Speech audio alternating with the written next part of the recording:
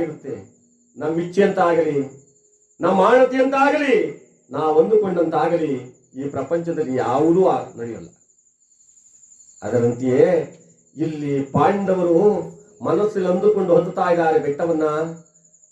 ಹಿಮವತ್ ಪರ್ವತವನ್ನ ಸಾಲಾಗಿ ನಿಂತು ಹೋಗ್ತಾ ಇದ್ರೆ ಆ ಎತ್ತರವಾದ ಹಿಮದ ಗೆಡ್ಡೆಯ ಮೇಲೆ ಮಹತಾಯಿ ದ್ರುಪದ ನಂದಿನಿ ಆ ಯಾಜ್ಞಸೇನಿ ತನ್ನ ಪಾದವನ್ನು ಹಿಟ್ಟಂತೆ ಆ ಕಾಲ್ಜಾಲಿ ಹಲ್ಲಿಂದಲೇ ಜೈ ನಿರಾ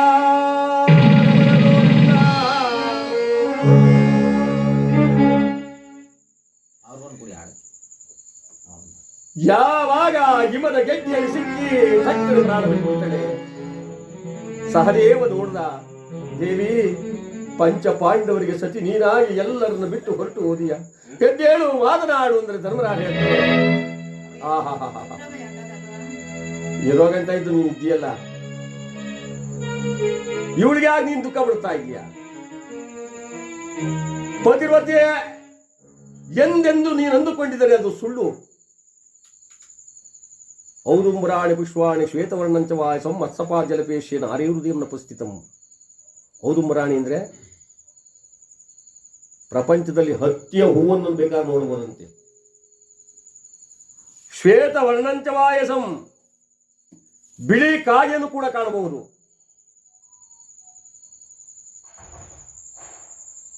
ಮತ್ಸ್ಯಪಾದ ಜಲಪೇಶೇನೆ ಯಾವ ಮೀನಿನ ಹೆಜ್ಜೆಯ ಗುರುತನ್ನು ನೀರಿನಲ್ಲಿ ಹುಡುಕಬಹುದಂತೆ. ನಾರಿ ಹೃದಯಂ ನಪಸ್ಥಿತಂ, ನಾರಿಯ ಹೃದಯ ತಿಳಿಯಕ್ಕಾಗಲ್ಲಪ್ಪ ಸಹದೇವ. ಇವಳು ಯಾಕೆ ಕಳ್ತಾ ಇದೆಯಾ? ಅರಗಿನ ಮನೆಯಲ್ಲಿ ಪಾಂಡವರೆಲ್ಲರೂ ಬೆಂದು ಹೋದ್ರು ಅಂದಾಗ ಅವರ ವಂಶದಲ್ಲಿ ಕಣ ಅನ್ನೋದು ನಾನು ಅವನ್ನೆಲ್ಲಕ್ನಾಗಲ್ಲ ಅಂತ ಮನಸ್ಸು ಮಾಡಿದ್ಲು. ಇವಳಿಗಾಗಿ ನೀನು ದುಃಖ ಪಡಬೇಡ, ನಡೆ ಮುಂದಕ್ಕೆ ಅಂತ ಹೇಳಿ ಯಾವ ಸಹದೇವನ ಮೇಲಕ್ಕೆ ಬಿಸಿಕೊಂಡು ಮುಂದೆ ಹೋಗ್ತಾ ಇದ್ದಾರೆ. ಯಾರಿಗೆ ಯಾರುಂಟೋ ಯಲವಿನ ಸಂಸಾರ, ಯಾರಿಗೆ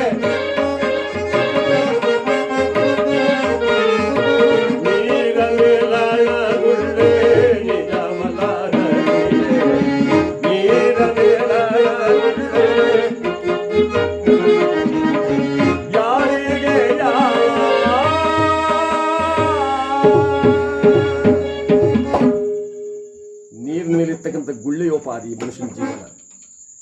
ಗಾಳಿ ಬೀಸಿದಾಗ ಯಾವಾಗ ಯಾವ ಗಳಿಗೆಯಲ್ಲಿ ಯಾವ ವೇಳೆಯಲ್ಲಿ ಹೊಡೆದೋಗುತ್ತೋ ಯಾರಿಗೂ ಗೋಚರವಿಲ್ಲ. ಯಾರ ಹೆಂಡತಿ ಯಾರಿಗೆ, ಯಾರ ಮಕ್ಕಳು ಯಾರಿಗೆ ಎಂಬುದಾಗಿ ಮುಂದೆ ಮುಂದೆ ಸಾಗ್ತಾ ಇದ್ರೆ ಸಹದೇವರು ಕೂಡ ಚಳಿಯನ್ನು ತಡೆಯಲಾರದೆ ನಡಗಲ ಆರಂಭಿಸಿದ. ಅಣ್ಣ ನಕುಲ ನೋಡಿದ್ರೆ, ಯಾಕಪ್ಪ ನಾನು ಬದುಕೊಳ್ಳ ಕಣ್ಣು ಗಂಟಲು ಸೇರ್ತಾ ಇದೆ, ಕಣ್ಣು ಮಂಜಾಗ್ತಾ ಇದೆ, ನಾನು ಉಳ್ಕೊಳ್ಳಲ್ಲ, ಕಾಪಾಡು ಭಗವಂತನೇ.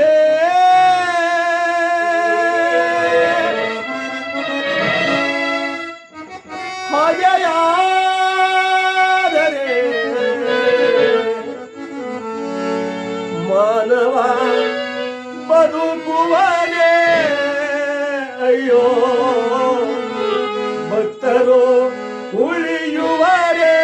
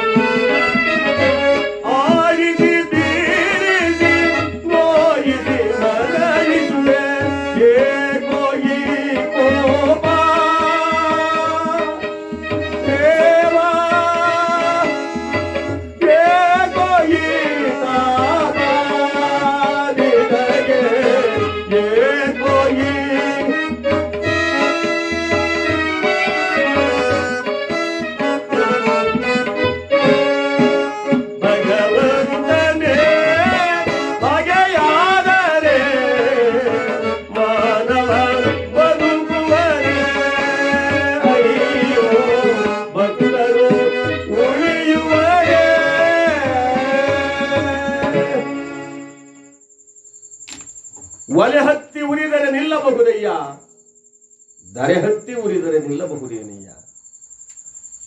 ಏರಿ ನೀರುಂಬುಡೆ ಬೇಲಿಕೆಯ ಮೇವುಡೆ ನಾರಿ ತನ್ನ ಮನದಲ್ಲಿ ಕಳವುಡೆ, ಎತ್ತ ತಾಯ ಎಲೆ ಹಾಲು ನಂಜಾಗಿ ಕೊಲ್ಲುವುಡೆ, ಮತ್ಯಾರ ಸೇರಲು ಕೂಡ ಸಂಗಮ ದೇವ ಅಂದ್ರು ಬಸವಣ್ಣನವರು.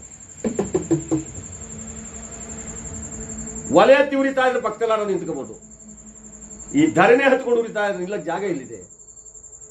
ಕಟ್ಟಿದ ಏರಿಯ ನೀರನ್ನ ಕುಡ್ಕೊಂಡ್ರೆ, ರಕ್ಷಣೆಗಾಗಿ ಕಟ್ಟಿದ ಬೇಲಿಯೇ ಎದ್ದು ಒಲವನ್ನ ಮೇಯ್ಕೊಂಡ್ರೆ, ಎತ್ತ ತಾಯ ಎದೆ ಹಾಲು ಮಕ್ಕಳಿಗೆ ನಂಜಾಗಿ ಕೊಂದರೆ ಮತ್ತಿನ್ಯಾರ ಸೇರ್ಕೊಳ್ಳಿ.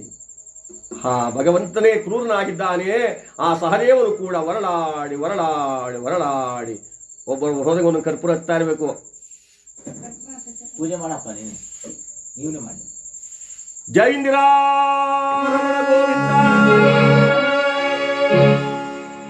ರಂಗಮ್ಮನವರ ಆತ್ಮಕ್ಕೆ ಶಾಂತಿ ಸಿಗಲಿ ಗೋವಿಂದ.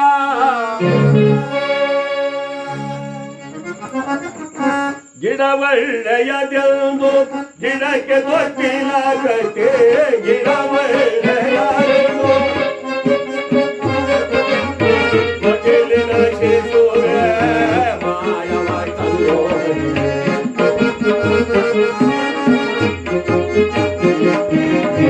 ಯಾರಿಗೆ ಯಾರು ಎರವಿನ ಸಂಸಾರ, ಯಾರಿಗೆ ನೀರ ಮೇಲಗುಳ್ಳೆ ನಿಜಮಲಗ, ಯಾರಿಗೆ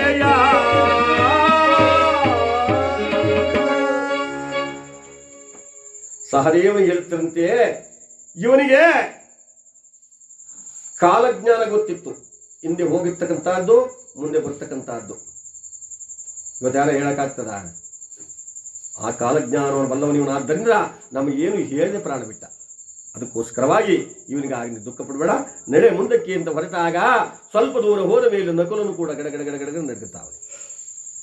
ಏಕೆ? ಚಳಿಯ ತಾಪಮಾನವನ್ನು ತಡೆಯಲು ಮನುಷ್ಯನಿಗೆ ಅಷ್ಟೇ ಶಕ್ತಿ ಇರೋದು. ರಕ್ತವೆಲ್ಲ ಹೆಪ್ಪುಗಡ್ತಾ ಇದೆ, ಬದುಕಲಾರೆ ಅಣ್ಣ, ನಾನು ಬದುಕಲಾರೆ ಎಂಬುದಾಗಿ ಕೆಳಗೆ ಬಿಟ್ಟು ಹೊರಳಾಡಿ ಹೊರಳಾಡಿ ಹೊರಳಾಡಿ ಬನ್ನಿ.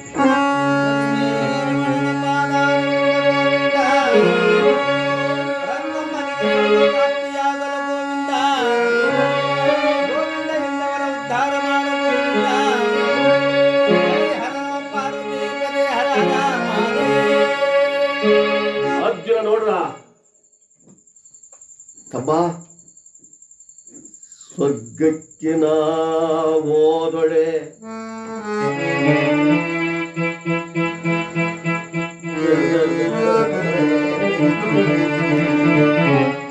ಚಿಕ್ಕಮ್ಮ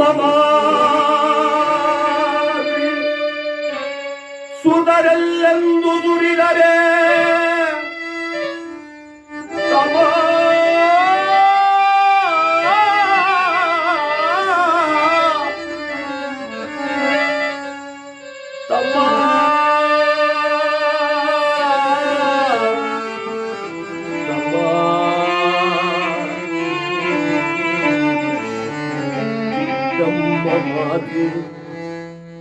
ಸ್ವರ್ಗಕ್ಕೆ ಹೋದರೆ ಸುಧರೆಲ್ಲೆಂದು ಸುರಿದರೆ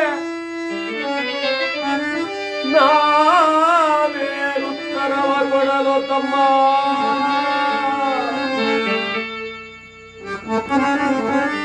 ನಮ್ಮ ಜೊತೆಯೆಲ್ಲ ಉಂಟಲ್ಲ, ಅದಕ್ಕೆ ಬಿಟ್ಟು ಬಂದೆ ಅಂತ ಹೇಳ.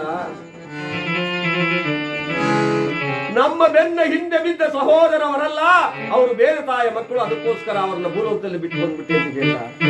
ಏನಂತ ಉತ್ತರ ಕೊಡ್ಲು? ನಕುಲ ಎದ್ದೇಳೋ, ಮಾತನಾಡೋ ಅಂತಂದ್ರೆ ನಕುಲನ ಪ್ರಾಣ ಪಕ್ಷಿ ಹಾರಿ ಹೋಗಿದೆ, ಕಣ್ಣಲ್ಲಿ ಕಣ್ಣೀರು ಸುರಿತಾ ಇದೆ. ಧರ್ಮರಾಯ ನೋಡಿದ್ರು, ಇವನನ್ನು ಸಮಾಧಾನ ಪಡಿಸೋದು ಯಾಕೆ? ಅಯ್ಯ ಅರ್ಜುನ,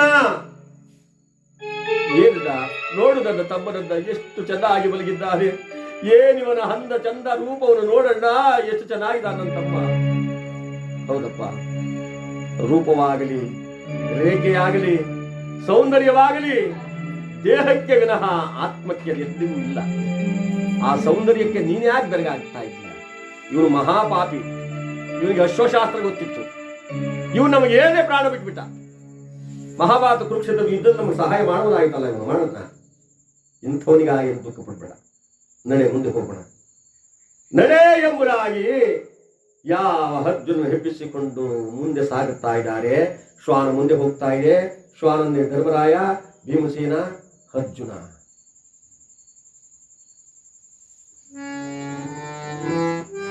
ಬಾಯಾರಿತು ಎಂದು ಬಾಯಿನಿಗೆ ಹೋದೆ, ಬಾಯಾರಿತು ಎಂದು ಬಾಯಾರಿತು ಎಂದು ಬಾಯಿನಿಗೆ ಹೋದೆ, ಬಾವಿಯ ಜಲಬಂದೆ ಬರಿದಾಯ್ತೋ, ಬಾವಿಯ ಜಲಬಂದೆ ಬರಿದಾಯ್ತೋ, ಯಾರಿಗೆ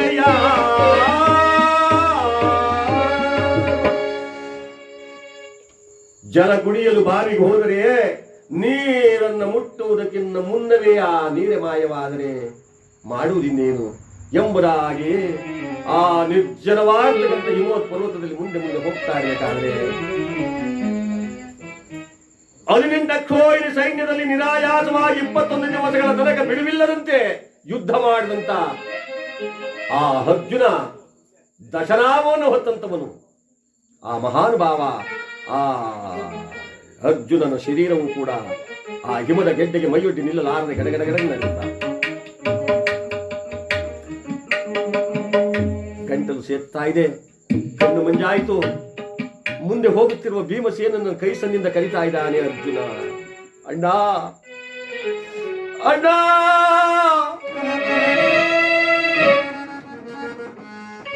ಯಾಕಪ್ಪ ಅರ್ಜುನ? ಬದುಕೇನು ಅಣ್ಣ,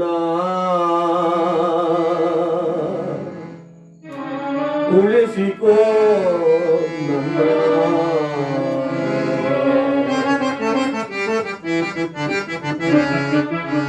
ಬದುಕೇನು ಅಣ್ಣ, ಉಳಿಸಿಕೋ ನನ್ನ, ಬದುಕೇನು ಅಣ್ಣ, ಉಳಿಸಿಕೋ ನನ್ನ, ಸಾಗಾಗಿ ಓಡಿಸೋ ಲೋಕದ ಜೀವನ,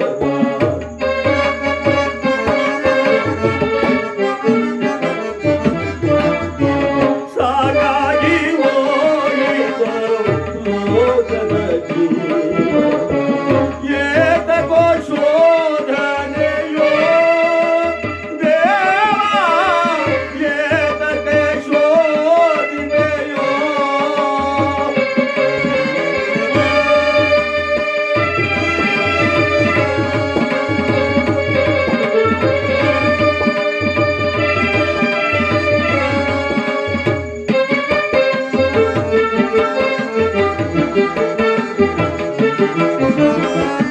ಏತಕ್ಕೆ ಶೋಧನೆಯೋ ದೇವ, ಏತಕ್ಕೆ ಶೋಧನೆಯೋ ದೇವ, ಏತಕ್ಕೆ ಶೋಧನೆಯೋ,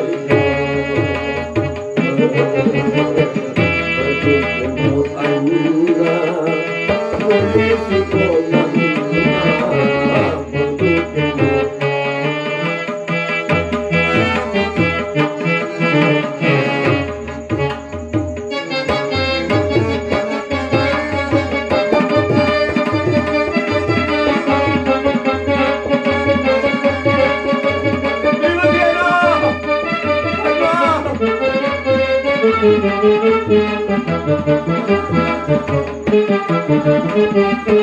ಮಾಯದ ಪರೆಯೋ ಕಳಚಿತೆಯುಂದು,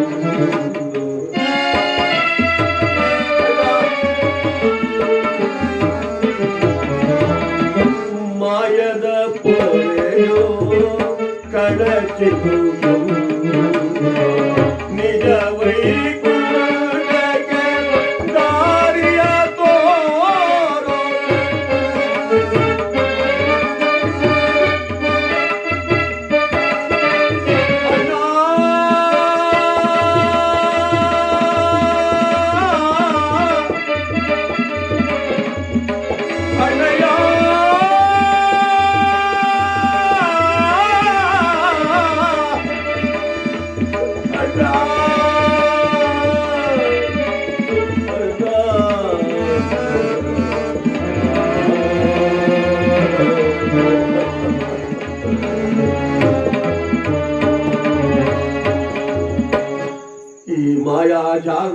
ಯುದ್ಧದಿಂದ ನಾನು ದೂರವಾಗ್ತಾ ಇದ್ದೀನಿ ಆಯ್ತಾ. ನನ್ನ ಉಳಿಸ್ಕೋ ಅರ್ಜುನ. ನೀನು ಸಾಯಬಾರದು ಹೊರೋಡಿ ಬಂದ. ಅರ್ಜುನನ ತೊಡೆಯ ಮೇಲೆ ಮಲಗಿಸಿಕೊಂಡು ಮೈ ಕೈಗಳನ್ನು ಸವರುತ್ತಾ ಮುಖವನ್ನು ತಿಕ್ಕುತ್ತಾ ಮೂಗಿನ ತುದಿಗೆ ಬೆರಳಿಟ್ಟು ನೋಡುತ್ತಾನೆ. ಪ್ರಾಣ ಪಕ್ಷಿ ಹಾರು. ಅರ್ಜುನ, ದಶನಾಮಗಳನ್ನು ಹೊತ್ತ ನನ್ನ ತಮ್ಮ ಪರಶಿವನೊಡನೆ ಹೋರಾಡಿ ಪಾಶುಪತಾಸ್ತ್ರವನ್ನು ಪಡೆದಂತಹ ಅರ್ಜುನ, ದ್ವಿವತ್ಸು, ಧನಂಜಯ, ಕಿರೀಟಿ, ಶ್ವೇತವಾಹನ, ಕೃಷ್ಣ, ವಿಜಯ, ಅರ್ಜುನ ಎಂಬಂತ 10 ನಾಮವನ್ನು ಇವತ್ತಿಗೆ ಪ್ರಪಂಚವೇ ನಿನ್ನನ್ನು ಮರೆಯುವಂತಾಯಿತೆ. ಎದ್ದೇಳು, ಯಾರನ್ನು ಬಿಟ್ಟರು ನಾನು ನಿನ್ನನ್ನು ಬಿಡಲ್ಲ ಅಂತ ಹೇಳಿ ಆ ಅರ್ಜುನನ ಶವವನ್ನು ತಬ್ಬಿಕೊಂಡು ಕಣ್ಣಲ್ಲಿ ದಳ ದಳ ದಳದ ಕಣ್ಣೀರನ್ನು ಆ ಭೀಮಸೇನ್ ದುಃಖ ಪಡ್ತಾ ಇದ್ರೆ ಧರ್ಮರಾಯ ನೋಡಿದ್ರು. ಪ್ರಪಂಚದಲ್ಲಿ ಯಾರಿಗೆ ಬೇಕಾದ್ರೂ ಸಮಾಧಾನ ಮಾಡಬಹುದು. ಈ ಭೀಮಸೇನನಿಗೆ ಸಮಾಧಾನ ಮಾಡ್ತಕ್ಕಂಥವ್ರು ಯಾರಿದ್ದಾರೆ ಎಂಬುದಾಗಿ ಮೆಲ್ಲನೆ ಹಿಂದಿನಿಂದ ಬಂದು ಭುಜದ ಮೇಲೆ ಕೈ ಇಟ್ಟರಂತೆ. ಭೀಮಸೇನ, ಅಣ್ಣ ನೋಡು ನೋಡು, ಈ ನನ್ನ ತಮ್ಮನನ್ನ, ನನ್ನನು ಅರ್ಜುನನನ್ನ ನೋಡಣ್ಣ. ನಮ್ಮಿಂದ ದೂರವಾಗಿ ಹೊರಟೋಣ, ನಮ್ಮನ್ನು ಮರ್ತು ಬಿಟ್ಟಲ್ಲ. ಆ ದೇವರಿಗೆ ಕರುಣೆ ಎಂಬುದು ಲೇಸವಾದರೂ ಇರಬಾರದೆ ಅಣ್ಣ, ಲೇಸವಾದರೂ ಇರಬಾರದೆ. ನಿಜ ಭೀಮಸೇನ, ನೀನು ಹೇಳುತ್ತಿರುವ ಮಾತು ಸತ್ಯ. ಆದರೆ ಆ ಭಗವಂತನ ಆಟ ವಿಚಿತ್ರವಾದಪ್ಪ. ಏನವನ ಆಟ?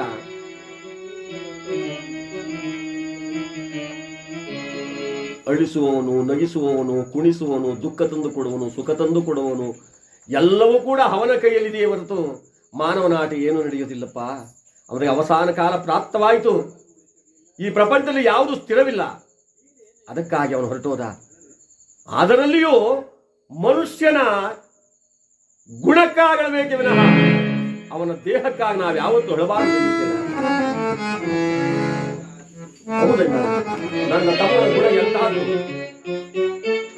ಎಂತಾದ್ದಪ್ಪ. ನಮಗೆ ತಿಳಿಯದಂತೆ ಉರೂಪಿ ಚಿತ್ರಾಂಗದ ಮದುವೆ ಮಾಡ್ಕೊಂಡು ಬಂದ. ನಮಗೆ ಗೊತ್ತಿಲ್ಲದಂತೆ ಸ್ವರ್ಗಲೋಕಕ್ಕೆ ಬಂದ. ನಮಗೆ ತಿಳಿಯದಂತೆ ಬೇಕಾದಷ್ಟು ಪಾಪ ಕಾರ್ಯಗಳು ನಮಗೆ ಮಾಡಿದ್ದಾನೆ. ಅಂಥವನಿಗೆ ನೀನು ದುಃಖ ಪಡ್ತಾ ಇದ್ದೀಯಾ? ಇವನು ಭಾತೃದ್ರೋಹಿ ಅರ್ಜುನ. ಇವನಿಗಾಗಿ ನೀನು ಕಣ್ಣೀರು ಹಾಕಬೇಡದು.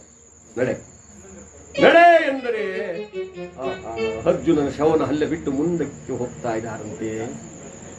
ಸ್ವಲ್ಪ ದೂರ ನಡೆದರು. ನಕುಲ ವನವನ್ನ ದಾಟಿ ಆ 3 ಗಾವುದ ಆ ಹಿಮವತ್ ಪರ್ವತದಲ್ಲಿ ದಾಟಿ ಹೋಗ್ತಾ ಇರಬೇಕಾದ್ರೆ ಮುಂದೆ ಶ್ವಾನ ಹೋಗ್ತಾ ಇದೆ. ಧರ್ಮರಾಯನ ಹಿಂದೆ ಯಾವ ಮಹಾನುಭಾವನಾದ ಭೀಮಸೇನ ಜಗದ್ಧಿ